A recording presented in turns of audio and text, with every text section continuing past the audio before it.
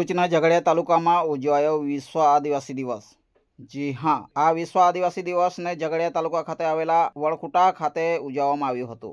જો કે સંયુક્ત રાષ્ટ્રસંઘ દ્વારા ઘોષિત કરાયેલા 9મી ઓગસ્ટના દિન નિમિત્તે ઉજવાતા વિશ્વ આદિવાસી દિવસના ભાગરૂપે વણખુટા ખાતે ગતરોજ આ આદિવાસી દિવસને ઉજવવામાં આવ્યો હતો, જેના મુખ્ય અતિથિ તરીકે સમસ્ત વસાવા સમાજ ગુજરાતના પ્રમુખ ચંદ્રકાંત વસાવા પધાર્યા હતા। ત્યારે ગ્રામજનો દ્વારા સમસ્ત વસાવા સમાજ ગુજરાતના પ્રમુખ ચંદ્રકાંત વસાવાને આદિવાસી વાજિંત્રો સહિત ભવ્ય સ્વાગત કરવામાં આવ્યું હતું।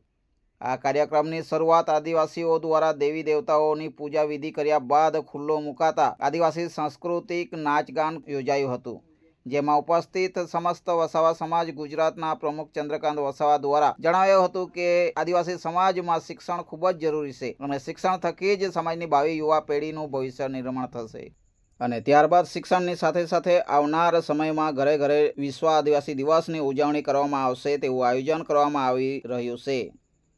રિપોર્ટર શશિકાંત વસાવા, ઝઘડિયા, હર હંમેશ સત્યની સાથે।